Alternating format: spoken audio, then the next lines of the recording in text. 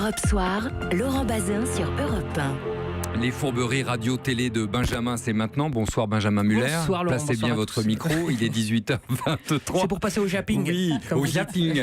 Tout à l'heure, Frédéric Tadei va se charger du Parti Socialiste. Vous chargez-vous des Républicains. Ça va bien aux Républicains ? Un parti qui va très bien, il n'y a pas de problème. Alors certes, Alain Juppé a annoncé qu'il quittait le navire, mais ses ex-camarades ne lui en veulent pas du tout. Amour, joie et bienveillance. Rachida Dati, ce matin sur RTL. Moi, j'aime pas les mauvais perdants. Voilà. Ah, bah si, en fait, Dati lui en veut un peu, visiblement. Voilà, c'est bon, t'as perdu. Très bien, ne nous dis pas la ligne ou pas la ligne. Alors ça, c'est l'avantage avec Rachida Dati, c'est souvent court, mais on comprend très vite l'idée. Si c'était la bonne ligne, il aurait été élu. Ok, alors visiblement ce matin il s'était passé le mot pour taper sur le bon vieux Juppé. Pierre Charon sur Public Sénat, lui ça fait 2 jours qu'il attendait qu'on lui tende un micro pour lâcher son scud. Il ne faut pas qu'il devienne comme Charles Aznavour qui fait ses adieux à la scène chaque année. Oh, faut pas qu'il devienne comme Aznavour. Cela dit, c'est vrai qu'elle est pas mal cette comparaison. Réaction d'Alain Juppé. Hier encore. Petite blague de notre réalisateur Jean Lénaf. Gros blagueur. Alors bon, les Républicains vont-ils se remettre de ces divisions ? Vont-ils pouvoir se mettre rapidement en ordre de bataille ? Christian Jacob était sur LCI ce matin.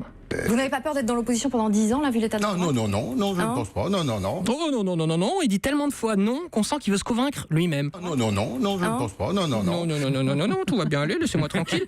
Alors on dit que c'est un peu violent chez les Républicains, et ça a l'air d'être vrai. Sur France Culture, écoutez ces propos rapportés de Xavier Bertrand qui parle de la série Baron Noir. Il aurait déclaré: si vous mettiez dans votre série ce dont j'ai été témoin dans certains bureaux politiques des Républicains, vos téléspectateurs ne vous croiraient pas. Oh là, chaud. Et Christian Jacob... Baron Noir, c'est l'histoire du PS, hein. L'histoire du Parti Socialiste, ouais, sur Canal. Légèrement violente. Tiens, Christian Jacob, vous aimez bien Baron Noir ? Non, je ne pense pas. Forcément, ça vous rappelle trop le boulot, bien sûr. Bon, toute autre chose. Ce soir, France 2 diffuse Je voulais juste rentrer chez moi, téléfilm sur l'affaire Patrick Dils. Patrick Dils, condamné pour le meurtre de 2 enfants avant d'être acquitté 15 ans plus tard. À l'occasion de cette diffusion, Philippe Vandel pour Europe 1 a rencontré Patrick Dils, le vrai, qui revient sur ses années de prison. Il faut savoir que dans une prison, il y a une hiérarchie sociale. Le meurtre d'enfants, c'est ce qu'il y a de plus ignoble. Donc j'en ai pris plein la gueule. Je suis passé par toutes les étapes, l'humiliation, le tabassage, le racket, pour finir par être violé pendant un certain temps. Voilà, Patrick Dils pour ce téléfilm qui a été réalisé par Yves Régnier. Yves Régnier, invité de RMC tout à l'heure pour parler du film. Puis bon, pour parler d'autre chose aussi, on l'interroge sur l'affaire Harvey Weinstein. Et là, le commissaire Moulin a pris sa grosse voix. Vous me citez Weinstein, moi je vous dis que les nanas qui montaient dans la pioule de Weinstein, elles savaient très bien où elles allaient.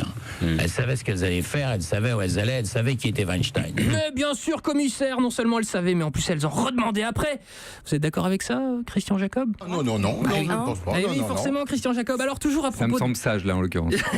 Toujours à propos de la défense des femmes, sur CNews ce matin, Pascal Praud recevait une universitaire qui s'appelle Marianne Durano, qui vient d'écrire notamment sur les violences obstétricales et autres sentiments de solitude pendant la grossesse. Je me suis vraiment sentie enceinte, dominée par le corps médical, qui posait sur mon corps un regard méprisant, qui voyait en lui seulement un tas de graisse.